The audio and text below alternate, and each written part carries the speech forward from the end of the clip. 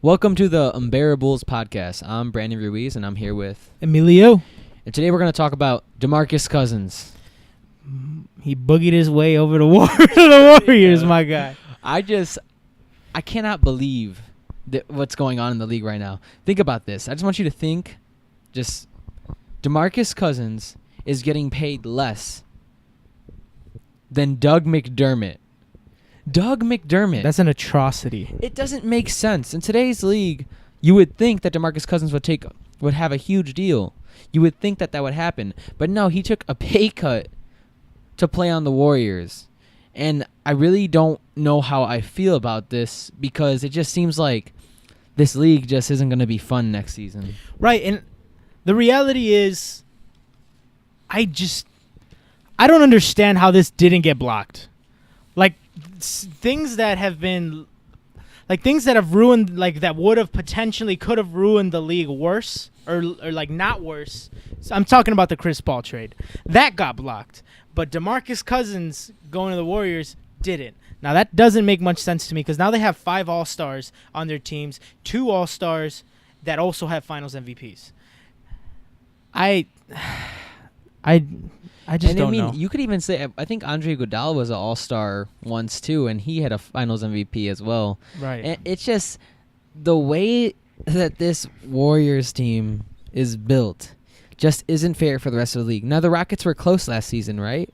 The Rockets might not get Clint Capella back. It's looking that way. Right. How close are the Rockets with the addition of DeMarcus Cousins? If the chemistry is there, not even close. It's not like they're not even sniffing the Warriors. Absolutely. Because what are they gonna do? They have great players at every single position. And I know saying maybe Draymond Green is great is a stretch, but for his team, I mean, he is a great player for his team because he does what he needs them to do. He's perfect for their system in the position he plays. He gets rebounds. He can pass well. He makes sure he plays good defense. He makes sure that he fills in all the roles that he needs to fill in. And that's what every single player does on that Warriors team. Right, and once in a blue moon, Draymond takes a chunk of the game, you know? Like, sometimes he'll give you 20 points. Sometimes he'll give you 25. And, I mean, you're not going to expect that of him. I would never. But, I mean, it happens. And it's like they're 1 through 5. They have, Steph, Clay, and then they have KD, Draymond, and now DeMarcus Cousins. And wait. If you just look at their bench, they still have Sean Livingston and Andre Iguodala and Jordan Bell. And Jordan Bell, I know he's not a serious scorer or anything like that, but he plays his role. And he does what he needs to do for them. Oh, yeah, and he'll put it up on both ends. Like, he'll give you something on both ends. Like, it just seems like the Warriors at this point, because of all the talent they have on their team, can plug anyone in. Can plug any player in now after this. And they'll be fine. I mean, they want Jamal Crawford, which is interesting. It's just interesting on its own. I think it would be good for Jamal Crawford, obviously, because he's going to win a championship. Mm-hmm. And I'm not. That's my prediction. Right. So that's like, there you go. Like, right. The thing that upsets me the most is that you technically really can't. Like, you can, but you really can't be mad at DeMarcus Cousins or the Warriors in this situation. No. Because DeMarcus Cousins, what happened was just no one was calling.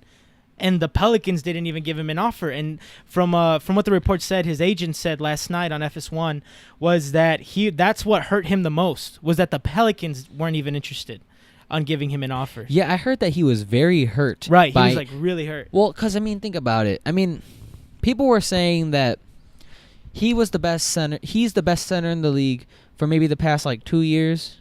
And to not even get an offer on the first day of free agency, on the, it just doesn't seem like it makes sense. So I can understand why he felt hurt because, I mean, it seemed like his talents were just like, all right, it doesn't really mean anything. Mm-hmm. And to him, it's like, all right, fine then. Maybe he was just like, I'm just going to mess up the whole league and say, all right, Warriors, $5.3 million, 1 year, I got it. Right. That's all I need. Because he knew coming into it that all the Warriors could afford to do in this situation is to pay him the mid-level.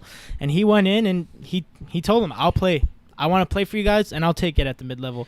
And this works out for him because now there's no rush for him to come off the injury. He's saying that he's going to be ready before the season starts, which, I mean, with the injury he has, Very unlikely. But at least what the medical staff is saying, They're he saying should be looking to play good, around right? December and January. Yeah, he's running on treadmills already, and that's not usual. So he has a really good medical staff around him. He has a great coaching staff around him. And now there's no rush for him to get back on there, and he's still making some money. I mean, he took a huge pay cut, but I mean, it is what it is. And the reality it's is, still $5.3 million. Right, still $5.3 It's million. still $5.3 million. You're still a millionaire, buddy. And you can't blame the Warriors for this. It's because they didn't even go after this. He picked up the phone and said, "Yo, I'll play for you guys." And that's the crazy part. Apparently, the teams that DeMarcus Cousins was interested in was the Boston Celtics and the Warriors. And maybe he just called the Warriors first, and the Warriors made the deal right then and there, because why wouldn't you? A lot of people were criticizing the Warriors, all this stuff, all this and that, but what did they do wrong? Yeah, it's not their job to have good temperament across the league. Yeah, like, if any other team in the league says that DeMarcus Cousins calls up and says, "I'll play for you for $5.3 million," who's going to say no? Not even the Pelicans would say no. No one would say no to that, because he just has so much talent. And even if the injury does affect him a lot, which it has shown in the past to affect a lot of players with the same injury, but he still has all of the potential. He still has that body of work to show that he knows how to play the game, and he knows how to play the game at a very high level. And at $5.3 million, you're not losing anything. I mean, just to put it out there, I'm going to say it again. Doug McDermott is getting paid more than DeMarcus Cousins, so you are definitely not losing anything, because Doug McDermott might only play 15 minutes a game, if that. You know what I mean? Like, these players, there are so many players that are getting paid way more than him that are going to play less than him. So at that point, and play at a reduced role, and if that team makes it to the playoffs, they're probably not even going to sniff the court. So you're not losing anything by signing DeMarcus Cousins at $5.3 million. You're not losing anything at all. But that's interesting. That's interesting to me, because this shouldn't have happened. Yeah, man. What surprises me most is it came out of, well, obviously this came out of nowhere because he called them, and that call came out of nowhere. But what we mentioned on the show in the past, in the last few episodes, is the Warriors were going for a run on AD, and they were willing to give up Draymond and Klay for him. So now I want to ask you, what's your take? What do you think this means now for the Warriors going after AD? Do you think that's still possible for them? I think that's done. Yeah. And if they want to make a trade with for Klay and Draymond for some other team, that might happen. You don't know if that's, or maybe just one of them. Mm-hmm. You don't know exactly what's going to happen with that, because, I mean, DeMarcus Cousins is only on a 1-year deal still. Right. So he could decide to do this again. I don't know if he will, because DeMarcus Cousins in the past said he wanted the max. He wanted a max contract, as well as the supermax contract from the Kings, and then because of that, they didn't want to keep him, and so they traded him to the Pelicans because they didn't want to do that. And now it's like, so is he going to go back to that same route, or is he going to take a pay cut? And I don't know if I take a pay cut if I'm DeMarcus Cousins forever, because KD isn't taking a pay cut anymore. I mean, KD's looking to get the supermax eventually, so they can get their bird right. So when they get his bird rights, which this Warriors team, they're still going to have Steph and KD no matter what. So that's going to take you places. Doesn't matter. Like, you can fill in a lot of other players. There are going to be plenty of players that are going to want to take pay cuts, because a place on the Warriors is almost a place for a guarantee for a championship. Right, and this is just what we see all throughout sports when we see a dynasty happening before our eyes. You even see it with New England. Players will take the pay cut to play there, and it's just the way it is. Well, yeah, the Warriors are the NBA's Patriots. Mm-hmm. Absolutely. Except the difference is that the Patriots, they're great because they have Tom Brady, and that's probably the main reason, and they have Bill Belichick. Absolutely. But the Warriors are great. Well, I'm just going to go back. The Patriots are good because they have a lot of players that fill in their roles. Now, the Warriors do have that as well, but they have great players, a lot of great players. They got stars. And they have so many stars. The Patriots don't have a ton of stars, but they still fill in that same role in a different league. And that's the crazy part, because it's like the Patriots still seem beatable. the Warriors don't seem beatable in this NBA. I mean, LeBron. Now that gap's been furthered. Well, it's like LeBron James has done the best he could, you know? And he's the best. He's done the best he could in the past, it's been like 4 years now. But it still isn't enough. And, I mean, I don't know what is going to be enough. What team could... The only team that could possibly maybe stand a chance is the Boston Celtics. Right. And even at that, what do you think in that Baines is going to stop DeMarcus Cousins? That's exactly that's my problem now with that lineup, because I mean realistically that is what we could be looking for the finals next year, a Celtics Warriors final. I mean obviously I think they got the best shot in the East as of right now. I mean there's still a lot of moves that can happen that can shift that around, like even regarding Kyrie, but I think right now, at least the way it seems to me, it's probably going to be Warriors-Celtic. And in that situation, every single player, every starter in his position has to be outplaying the other starter in their position. And that's just not going to happen with Baines. Well, though I do have respect for the guy, and I think he's a pretty good player. Unless Al Horford steps up. If Al Horford steps up, Horford, I could expect that from him. But Baines is just, he gets bullied. He gets bullied, and he lets himself get bullied, and he's got no hops. Yeah. And that's going to be an issue, because if you're going for a board and KD just happens to be there, he just puts his arm up, and there you go.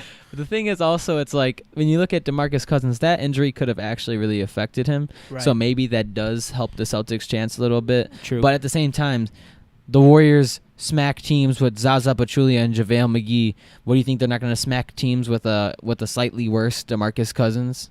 Mm-hmm. Who do you take? DeMarcus Cousins every single day. Every day. Every day of the week. And every day for the next 4 years. Yeah, and it's a ruptured Achilles, right? That's the injury. Mm-hmm. And in the league, we have 14 players that we've seen suffer the same injury, and it's a 50-50 shot for his recovery, because only 7 of those players came back and played the same or better ever. Mm-hmm. So, I mean, it is, you got Boogie.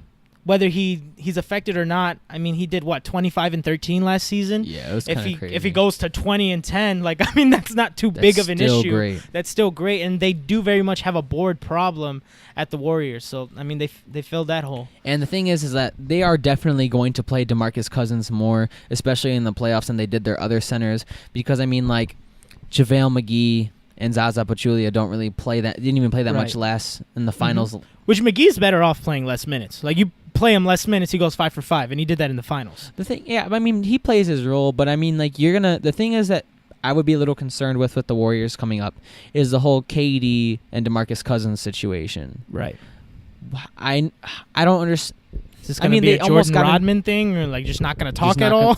Well, I don't know. I don't think KD is that type of player to not talk, and DeMarcus Cousins isn't either. Right. So, I mean, that's very true. Just in recent history, KD always speaks his mind, even on burner accounts. And so, like, and I'm just saying, like, he always has to get his opinion out there.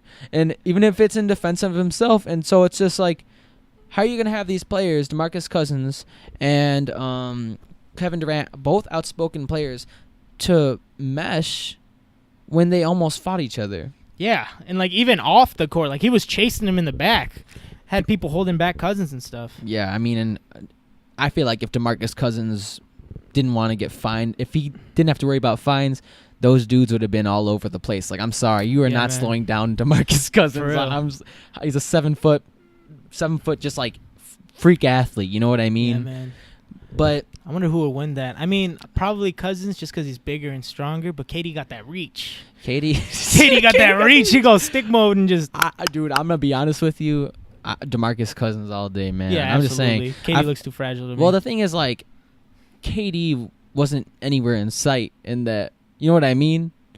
Mm-hmm. Like, if he felt that as I'm gonna get into this. Actually, yeah, right. I'm just basically. There could be some chemistry problems that arise with DeMarcus Cousins, and that definitely happened on the Kings, and that's why they got rid of him. That's one reason. The other reason I talked about earlier. So we'll see how all that plays out. If it works out well, though, it's unfair. It's just absolutely should have got blocked. Well, the thing is, that's the thing. If you have blocked other things in the past, then why didn't you block this one? What was so wrong about Kobe and Chris Paul playing together? I think it was just simply the league owned a team at the time, and that was that. It's just that was really. I think if they didn't own the team at the time, that wouldn't have been an issue. But it's just tough. But talking about this whole like Kobe Chris Paul thing, we could also talk about what happened with the Lakers and what is going on there. Well, I mean, we could look at this, right? LeBron James, great signing, obviously. Yeah, absolutely. Anytime you got the best player in the world on your team, you made a good move. You made a good move, you know. Especially if you didn't have to trade for him either. Like that's a good move. Yeah, of course. And I mean, LeBron's never putting himself in that situation because he's always has that opt-out clause in recent history. I'm just not sure what they're trying to do, because if you look at the Lakers, they have Lonzo. For their guards, at least, they have Lonzo, Rondo, Contavious Caldwell-Pope, and Josh Hart. Now, Caldwell-Pope and Josh Hart both shoot pretty well. Caldwell-Pope is a 39% shooting from the three shooter, and Hart is a 38% three-point shooter. But Rondo and Lonzo, now Lonzo could get better at shooting. I've said this in the past. Right. Rondo's definitely not getting better at shooting. Yeah, he's definitely not. He's only gone down the last 2 years. That's not his game. Also the playoffs, though, that's his game. Well, yeah, the playoff Rondo. I mean, he doesn't even like that nickname, but I'm kind of nervous because they have a lot of players that play the same position, and their talent in the shooting aspect of their game is just not spread out as it should be. Right. And they still have some holes to fit because, I mean, I don't know. Are they planning on starting their rookie center this season? I don't know. I mean, I heard that maybe they're trying to get Brook Lopez back. Right, they're thinking about re-signing. That's what I've read as well. But what are they planning on doing? Because it's Kyle Kuzma, Brandon Ingram. Now, they're not like slow players or anything, but I don't want them guarding guards. Like, I want them guarding small forwards, or I don't want Ingram guarding a power forward, to be honest with you. But small forwards are power forwards, and it's going to be a weird situation because who's shooting the ball? And you have LeBron on your team, and the one thing he's always wanted to surround himself with is shooters. And I understand that Ingram and Kuzma are shooters. I understand that. They're scorers. I get it. But the thing is, you can't have LeBron, Kuzma, and Ingram on the floor at the same time. Maybe you can if you put LeBron at as the big man, but then you're taking away a lot from LeBron's game because LeBron needs to be able to score from anywhere. That's what makes LeBron so effective, is that he can score anywhere around the court. If you have to worry about him kind of being closer to the basket, of course LeBron is very great at scoring around the basket, but that's taking away a lot of his usefulness, a lot of his tools. I feel like the way this team is built, somebody probably is eventually going to have to get traded eventually. Right. And that's what puts the Lakers in a sticky situation because they're being really stubborn. They don't want to let go Lonzo, Kuzma, or Ingram right now. And to be a title contender, you're going to have to get another big star. And you're not going to be able to do that if you don't give up at least one of them. I think maybe two to really lock it down. But you talked about how they want to extend, waive Luol Deng. Yeah, and then stretch his contract over two more years. 2 more years? Yeah, and that would open up some of their cap space now. Yeah. The thing is, though, they're still going to have to pay Luol Deng $9 million for the next 4 years. Now, I know that may not seem a lot in basketball terms, but that still is a ton of money to pay someone who's not playing for you for the next 4 years.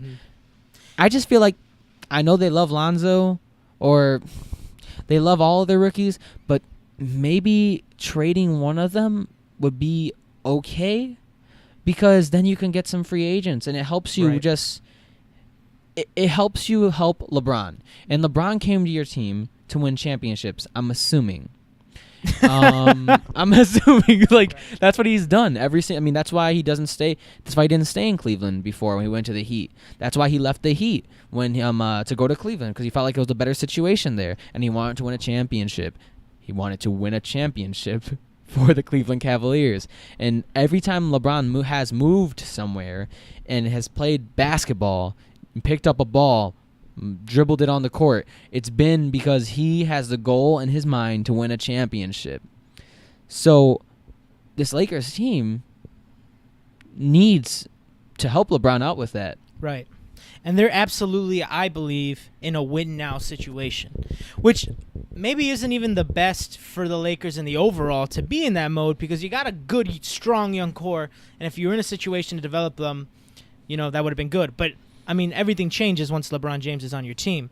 And honestly, at this point, you got to take advantage of what you got in front of you, obviously. So the reality is LeBron wants another star. He needs another star. He needs a Kyrie. I really thought they were going to get Demarcus Cousins. Yeah, right. And that would have opened up the options for them and helped them spread the floor. But I don't see that even remotely possible if you're not giving up at least Kuzma and Ingram, or if you just want to give up one, it's got to be Lonzo. I don't think you can just give up Kuzma or just give up Ingram and the team's going to bite on that. I think maybe Ingram. Because the Spurs were really interested in Ingram. Right, yeah, they were. And I'm beyond. In case you guys didn't know, the Spurs are kind of really good at evaluating talent. Kind of been like a dynasty for the past. Right, one of the most respectable organizations in the league right now. 20 years. So I'm just saying, it's something that the Lakers should consider, because I thought that and I'm a Bulls fan. In case you guys didn't know this, right? We're Bulls fans here. I thought that the Lakers should have potentially signed Zach LaVine, just because they need another scorer at the shooting guard position. And I know Zach LaVine last season didn't play like the Zach LaVine we all know. Mm-hmm. I'm not gonna say we all know and love, because I'm not gonna put that on you guys. I'm not gonna put that. I'm not even the biggest fan of Zach LaVine. But I feel like he could fit in that Lakers system, just because having Lonzo play with Zach LaVine. LeBron James, Kyle Kuzma or Ingram, and then at center Brook Lopez, that doesn't seem that bad. Mm-hmm. You know what I mean? If they get Brook Lopez back, and hopefully this guy, I think you say his last name is Wagner. Hopefully he plays well for them. Hopefully that happens. But I'm a little worried if I'm LeBron. But maybe LeBron just wants to play there. Right. And, LeBron's always in a situation where he wants to win now. He wants to win this year. Not just now as in this year, next year. He wants to win this year. But the reality is, even if this year didn't go too well... They have him for 3 more years. Exactly. They have him for a guaranteed 3 more years. And, guaranteed 2 more years, including this season. But next year, Kawhi's probably going to be a Laker. It seems like it. Now, people are saying... That's what everyone said about Paul George, right? That is what everyone said about Paul George. But the difference is that Paul George left to another team, right? They traded him. If Kawhi doesn't get traded to another team, I feel like that's not going to change his narrative in his own mind that he wants to go to any other team except for the Lakers. And right now, he's got friction with about everyone. He's got friction with the front office. He's got friction with the players, and he's just upset. It's a situation he just doesn't want to be in. And... if I'm the Lakers, that's a good thing. Now, one thing to talk about, though, if that happens, we're still running into a similar problem of how do we play our guys. And it's tough because you look at Kawhi Leonard, obviously, tremendous talent. Some people put him in the top 5 in the league. Prior to his injuries, he was definitely that for me. Absolutely. But I haven't seen him play in so long. I can't put him in my top 5 right now just because I haven't seen him play in a while. We can only go off of what we've seen. Yeah, well, from what I've seen, it's great. So, but the thing is, and you're always going to try to have the best players on your team, but how do Kawhi and LeBron and Kuzma and Ingram, they all play similar positions. How do they mesh together? What happens? Are you just going to tell Ingram and Kuzma to sit on the bench all the time? You could. Is that going to make them happy? No. Kyle Kuzma looks like a player who wants to play on the court. Ingram looks like a player who wants to play on the court. Like, you're going to have to figure out some stuff. You're going to have to trade someone eventually, or you're going to have to pick up some shooting guards. You really have to pick up some shooting guards. That's what you have to do. Because I'm telling you, I'm sorry, Contavious Caldwell-Pope, he isn't getting the job done for you. It's just not happening. Maybe Josh Hart can turn into something. I'm not against that. But Contavious Caldwell-Pope, he's on the back end of his career. If I'm correct, I just don't see what the Lakers are doing right now, which is a little sad. Well, I guess he's not in the back end of his career, but he's 25 years old, and I don't see him getting that much better than what he is right now. No, I absolutely agree. And what do you think about Lance Stevenson? Dude, I posted this. I tweeted this tweet, and I was like, the Lance Stevenson gif blowing into LeBron's ear, and I was like, the day I found out about this, I can't believe these two were on the same team. Like, what is going on with this? I don't understand. I really don't. Like, I know Lance Stevenson's a good player. I mean, he passes well. He plays defense pretty well. He does shoot for you. Yeah, he does things that you want him to do. But then again, how does he fit? Lance Stevenson is good when you have a team that has a lot of scorers. And they do have a lot of scorers, just they can't play all at the same time. Which, I mean, it could work rotationally, but in the playoffs, you know how you have to play? Usually with your top 5 playing the majority of the minutes. Absolutely. And the Rockets, I mean, they played like their top 7 for basically the whole game, every single game of the series on the Western Conference Finals. And that's usually how playoff teams play. They don't play their bench a lot. Even the Warriors, I mean, in the main big parts of the game, they do have their rotations because they have a lot of depth, but they still play their main players a lot more, their starters a lot more than everybody else. And that's the problem with what I'm saying, is that when you're looking into the future in the playoffs, in the regular season, it might not affect you that much. But in the playoffs, we'll see how that goes, because guess what? You're going to need a guard. You're going to need a shooting guard. Yeah, and that divide would have been even furthered if Steph Curry wouldn't have been injured and if Iguodala wouldn't have been injured. Like, that was the only reason any of those bench players were getting like the time that they did. Speaking specifically, Sean Livingston, JaVale McGee, but which they did great. I mean, they both combined went 11 for 11. I think whether it was game 1 or 2 in the finals, and it was cool. But yeah, man, I'm not too sure what it looks like for the Lakers right now. I mean, maybe are they setting up to have room to breathe so they can blow up the team mid-season? Are they actually banking on this is the team we're going to take to the finals? I'm not sure. I mean, when you have LeBron James, almost anything is possible, I feel like. I respect LeBron a lot. I respect his game. I respect what he's done for the league. Part of me feels like, are they going to try to do this lineup, see how this goes, which might be okay because Kuzma's still pretty young. Have Lonzo at 1, Kuzma at shooting guard, LeBron at small forward, Ingram at power forward, and if they re-sign Brook Lopez at center.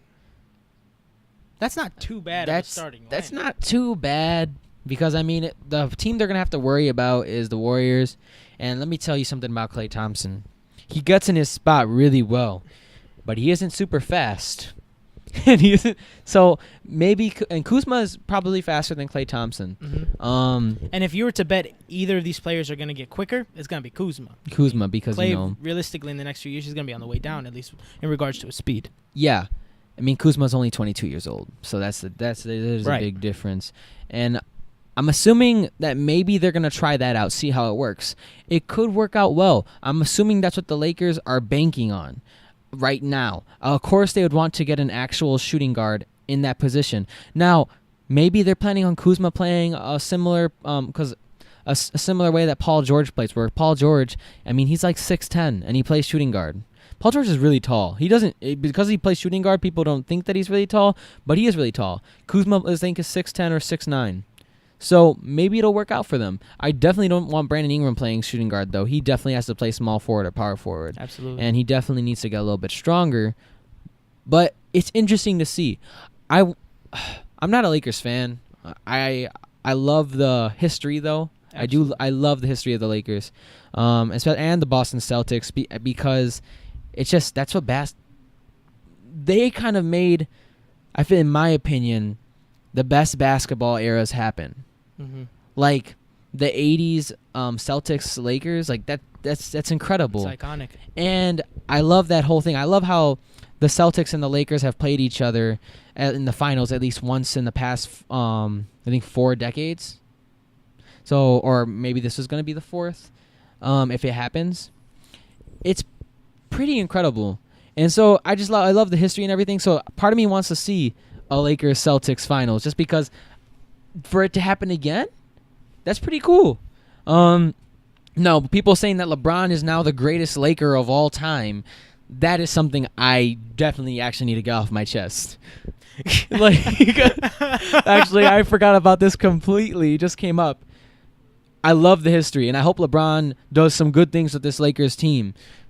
But he is nowhere near close to being the greatest Laker of all time. He hasn't even played one game yet as a Laker. I understand that you could think that LeBron is better than every single Laker player ever in his whole career, but to say that he is the greatest Laker means that he has done the most for the Lakers organization, which, how could you say that when you have Kobe Bryant and Magic Johnson have Kareem Abdul-Jabbar 5 championships each? 5 for the Lakers. I'm pretty sure I'm correct on this. I know Magic and Kobe, and I'm pretty sure Kareem was there for all 5 of theirs. Mm-hmm. Part of me just feels like, how could you disrespect even Shaq? Right, which he was one of the most dominant forces in the paint that a lot of people say those 3 years, a lot of people say ever.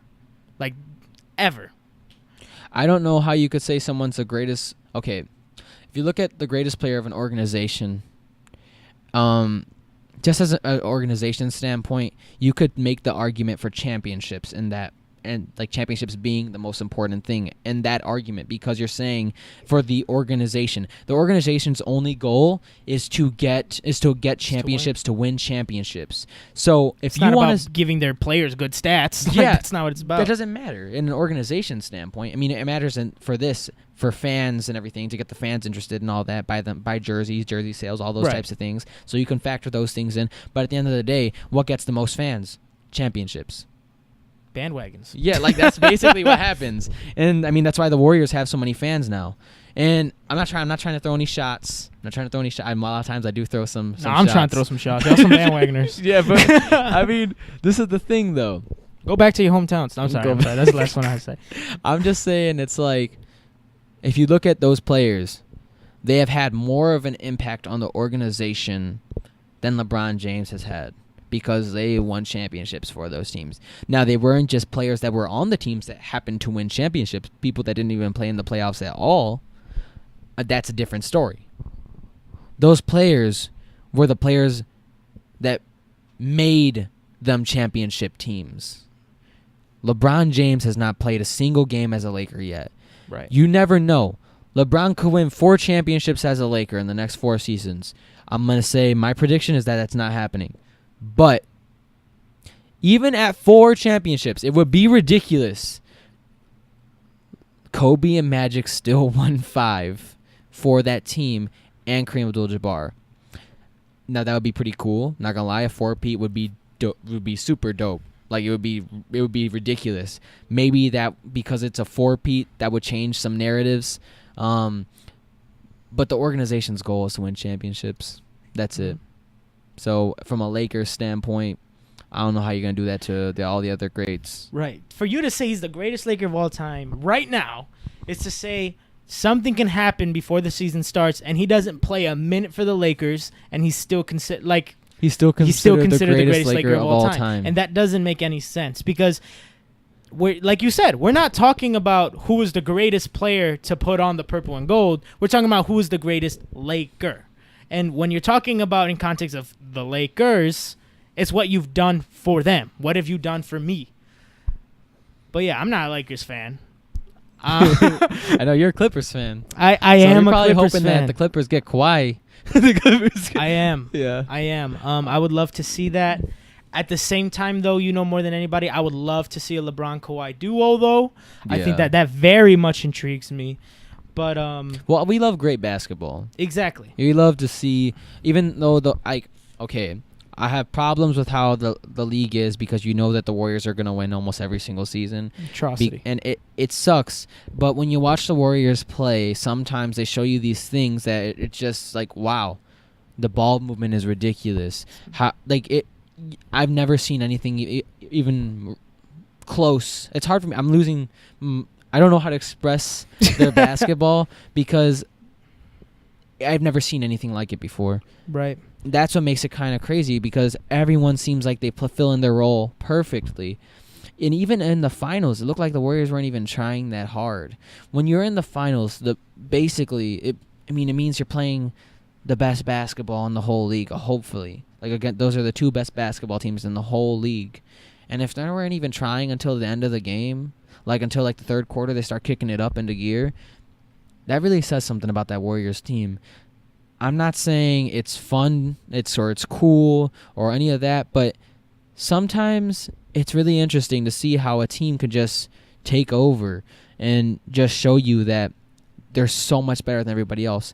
It's different than it was in the past, though, because players kind of developed that on their own team, where they learned how to play with each other over the years, would gain some talent, but they built their teams by themselves a lot of the time. A lot of the great teams, it was due to a lot of their drafts. The Warriors. The crazy thing is that their success has really come from their draft, and so to hate on the Warriors, it's a little tough because the Warriors, they drafted Draymond Green, they drafted Klay Thompson, they drafted Steph Curry, and because those players played so well, they were able to bring in other players that were great because they were great, and other players now, they just want to get the rings. They want the rings because they realize rings are important. And players always realize that. That's what they want ever since they stepped foot in the league. They want to win they want to get some rings. And that's probably why they started going after this dream. I want to be a champion, I know a lot of people are always saying that, the way that the media has made rings important has changed the perspective of players on how they view rings. I don't think that's true at all, actually. I think at the end of the day, they probably entered this because they loved basketball, and because of how much they loved basketball, they wanted to be the best. And when you have a ring, it just makes you contender. It gives you a lot more of an argument. Mm-hmm. And that's the thing. I don't love how everyone is just ring chasing all the time. But when you're a great player and you have a great team, it's easier to bring other great players in. It's and I know a lot of people don't like this comparison because it is slightly different. I will say this. But when LeBron James assembled his team with Chris Bosh and Dwayne Wade, that was a super team. If you don't think it's a super team, you probably didn't see how Chris Bosh and Dwayne Wade were playing back then. Right. You probably just that's exactly how I feel as well. Because it was perfect for them. Obviously, now LeBron thought he was going to win 8 championships. He won 2. But 2 championships is still good. But yeah, I don't like that. But I know I wasn't trying to go in on him this time.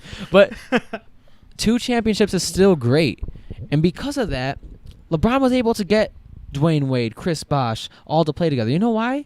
Because they're all great players, and great players want to play with great players in today's league.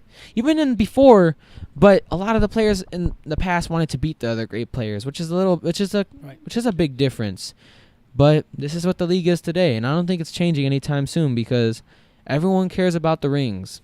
Everyone wants the rings. Everyone wants the jewelry. It's how it's been since the beginning of time, really. Right. As soon as people found out what jewelry was, they wanted some. It's not any different. What's that, gold? Yeah, you know what I mean? It's not any different in the NBA or in the NFL. Any other sport. Because rings are the ultimate goal. Rings are the single most greatest accomplishment you could have. I feel like if you ask any player if they'd rather win an MVP or a championship, they'd pick championship every single day. That's the difference. It's people like to say rings don't matter in a lot of conversations, but if you ask those players, majority. Maybe there are a few. What would you want more?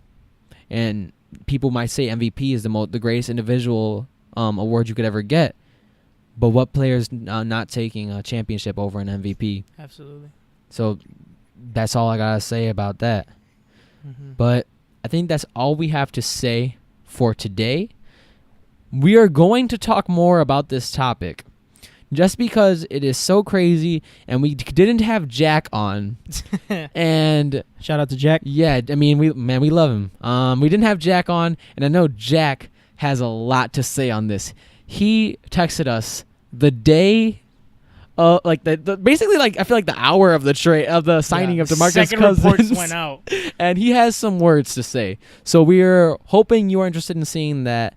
We're also going to talk more about in the future about the Mavs, the Pacers. We're going to get some Luka Doncic out there. Sorry, I just said the Pacers, but we're also going to talk about the signing of Tyreke Evans for the Pacers. We're going to talk about a lot of teams just there and try to give our takes on what they're trying to do.